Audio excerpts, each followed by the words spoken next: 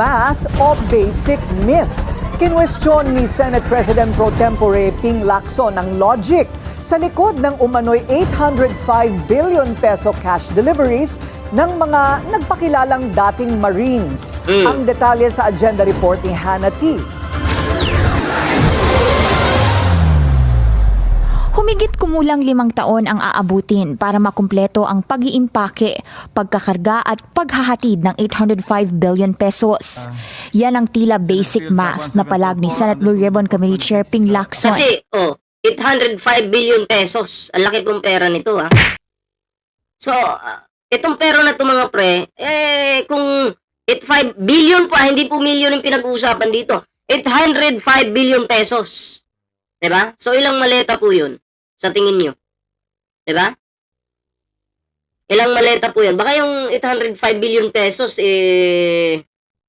itong bahay namin kung saan kami nandito nakatira ngayon, baka hindi lang to, baka punong-puno pa to, no? Sa 805 billion pesos na to. So, pakinggan po natin, panoorin po natin yung pag-analyze po ni Sen Ping Lacson dito sa perang ito. Sa mga paratang ng umano'y 18 ex-Marines kaugnay ng sinabi nilang cash deliveries. Anya, kung 2023 daw sila nag-umpisa sa pagliligpit ng pera, malamang ay hindi pa tapos ang deliveries ngayon. Kasi ang daming pera niyan. Diba? Hindi po million yung pinag-uusapan dito, billions po. Diba? Billions. At ang tanong po dito, bakit ngayon lang kayo nagsalita? Diba? Bakit ngayon lang? Ako po hindi po ako maniniwala na hindi po ako naniniwala sa 18 Marines na to, 'di ba? Kasi sa simula pa lang nagpapasapasahan na po sila ng mic. Hindi po nila alam yung kanilang mga sasabihin. Kumbaga yung kanilang script hindi pa po nila na master, na booking tuloy. 'Di ba? 805 billions, ilang maleta to? 'Di ba? Kailan kayo nagsimula? 2023. Sabi ko nga dito, di ba, hindi mabilang na maleta to. Kung 2023 kayo nagsimula, abay, ang bilis nyo namang matapos. Di ba? Kasi sabi ko nga, baka hindi to kayanin ng 3 taon lang. Sa pag-empake pa lang, no? Sa pag-deliver pa lang. Suppose that the executive assistants or trusted personnel of Saldico, named Mark Tiksay and Paul Estrada, processed 500 million. 100 to 500 maleta? Hindi. Hindi lang yan. Yung 500 billion? Ilang billion to? 800 billion? Diba? 805 billion pesos? Ilalagay mo lang sa 500 na maleta. Kasi sa isang maleta lang po, ha?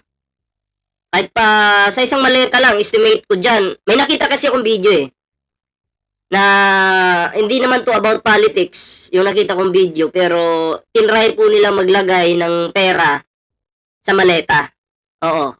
Merong nagkasyang pera doon na siguro nasa 8 million pesos po, yung nagkasya sa isang maleta lang. Diba? Isang maleta lang. So kung ang pinag-uusapan dito, 805 billion pesos, dami nun. Daming maleta nun. Baka yung mga maleta na binebenta sa mga mall, baka maubos yan. Kasi ang pinag-uusapan dito, 805 billion, di ba? Billion pesos a day. Working. Ilan? 500 million pesos a day. Working. 500 million pesos a day. Okay? So, kukulangin ngayon 5 taon dyan. Kung per day mo, sa pag-iimpake mo ng pera, pagkuha mo sa pera ng taong bayan, no? Pag nanakaw mo, palagay natin pag nanakaw yung ginagawa, no? Kasi yun yung paratang ng ex-Marines, 500 billion pesos, 500 million pesos per day, malamang sa malamang, kulang yung 5 taon dyan. Diba? Per day yung pinag-uusapan natin, ha? Sino ba yung magaling sa math dito? Calculate nyo nga yung 500 billion pesos divide sa 500 million. I mean, 805 billion pesos, i-divide po sa 500 million. Ilan po? Ilan yung kakalabasan yan? 24/7, 365 days a year, including unloading, counting, repacking, loading, and delivering the money. This would take 5.5 years or mid-2028. Hindi pa isinasalang ni Lacson sa pagdinig ang mga nag-presscon na dati raw marino sa Club Filipino nung bisperas ng 40th Itong mga 18 Marines na to, ano to yung mga sinungaling, mga mukha pa lang. Oh. anniversary ng EDSA People Power dahil kailangang questionin ang believability ng kanilang mga claim. Ang mga pera raw ay para pondohan ng ICC investigation sa kaso ni dating Pangulong Rodrigo Duterte na kalaunay pinasinungalingan na ng International Tribunal kabilang ang ilang mga inakusahan ng grupo. Sabi ni Lacson, tungkulin daw niyang suriin hindi lang ang akusasyon kundi ang logic at posibilidad nito. To be clear, while every imputation of a crime warrants our attention, none deserves our blind deference. In the same manner that everyone has a right to be heard, it is not a license to mislead. Anya, hindi pa man siya humuhusga sa merit ng testimonya pero may mga tanong na dapat sagutin gaya ng timbang at dami ng pera. Sinabi na kasi noon sa mga nakaraang hearing na ang 1 million pesos ay nasa 1 kilo. Kung susundin ang computation na ito, ang 805 billion ay katumbas ng 805,000 kilograms o 805 metric tons ng papel na pera. Hindi pa kasama rito ang mga lagayan. Tinanong din ni Lacson kung paano raw naipasok at naipamahagi ang ganito kalaking halaga na aabot sa 1,610 na delivery kung 500 million ang limit kada araw.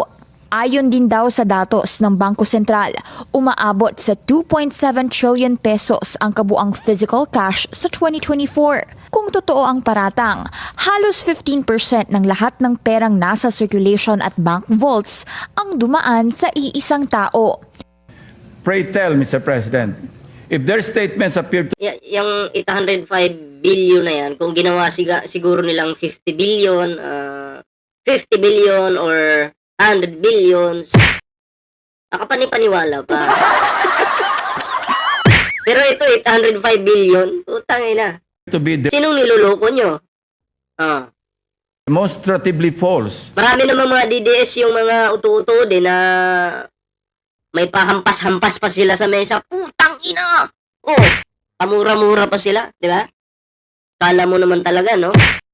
Yung pala, kung titingnan mo yung mga yan, yung mga nagmumura na nagsasabing magnanakaw yung administrasyon ni PBBM, oo, magnanakaw yung Pangulo, matatawa ka na lang. Tititigan mo yung tao, sabay tumatakbo sa isip mo. Tanginang tanga naman ng taong ito, uto-uto. Diba? Sinabi lang nila, ex-Marines nagsalita, maniniwala ka na. Diba? Manghuhusga ka na agad. Diba? Parang mga tanga lang. Hindi mo na nila inanalyze yung sitwasyon kung ito ba'y katotohanan, kung ito ba'y totoo o hindi. Analyze, binigyan nga kayo ng utak para gamitin nyo. Diba?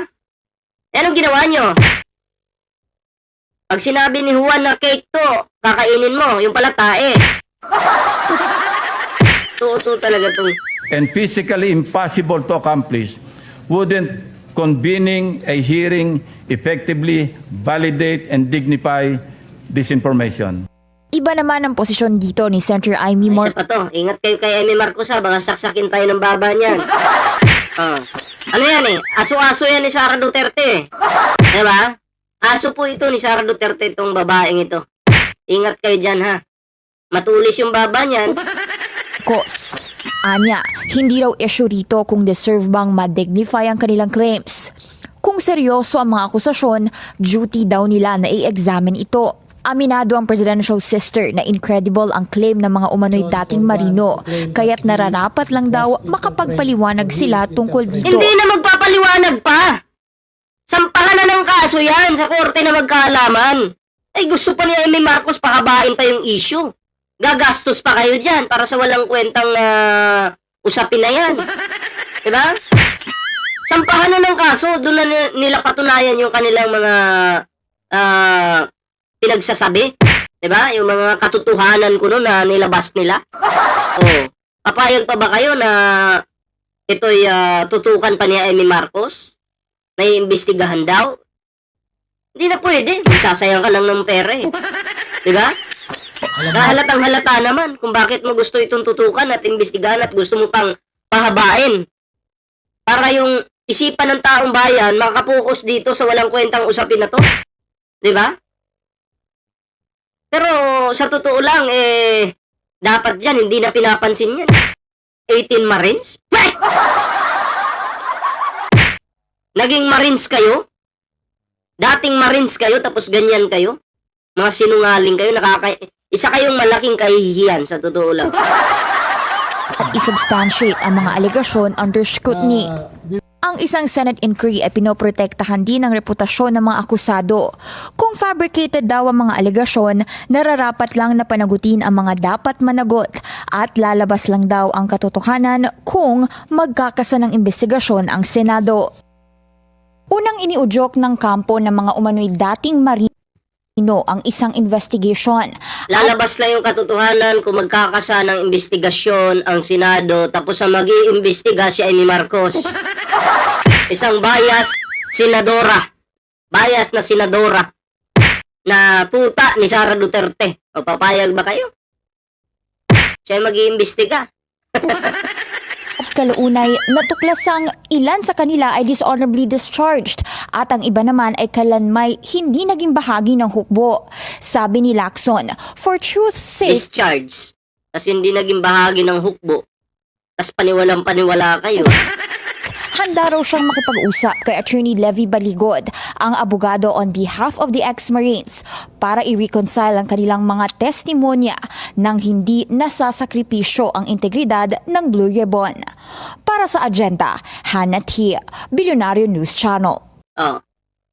Kaya po ba, uulitin ko po yung tanong, i-comment nyo po ha. Papayag po ba kayo na si Amy Marcos yung manguna dito sa kung matutuloy man yung investigasyon sa Senado about sa 18 na fake, kumbaga fake news Marines na to? Oh. Kayo po ba ay papabor dito sa sinabi ni Amy Marcos? Or papabor po ba kayo na imbestigahan pa ito sa Senado? Diba? Wala lang po. Kung ako po yung tatanungin, hindi na. Kasi ano lang yan. Baga magsasayang lang ng pera. Diba? Pera ng taong bayan, oh, kumbaga gagamitin sa investigasyon na yan, oh, kasi kailangan nga daw imbestigahan, pero ang katotohanan dyan, parang panlilin lang yung gagawin yan sa atin or sa mga kapwa natin Pilipino. Diba? Kasi hindi tatantanan yan ni Amy. Tatanong-tanongin yung 18 Marines, ganyan. Hanggang sa yung mga ikaw na nanonood, mapapaisip ka, oo nga no. Oh, di ba? So, ang diskarte ni Amy Marcos po, ano po to? Kumbaga, nasa side ni Sara Duterte. Di ba? Kasi pansin nyo, itong si Amy Marcos, palaging kinakalaban yung administrasyon, kahit maganda yung ginagawa, okay naman yung ginagawa, nagtatrabaho naman yung Pangulo, si Sara lakwatsa, pero yung kinakampihan pa rin niya, yung taong tamad. Diba? At ako'y naniniwala na itong 18 Marines, gagamitin lang ni Amy Marcos para, kumbaga, pangsampal sa administrasyon. Diba? Ganun po yung diskarte nitong babaeng ito. Sa pagkakaintindi ko lang,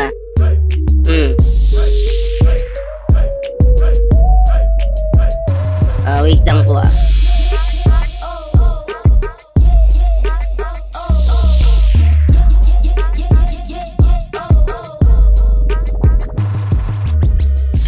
Okay.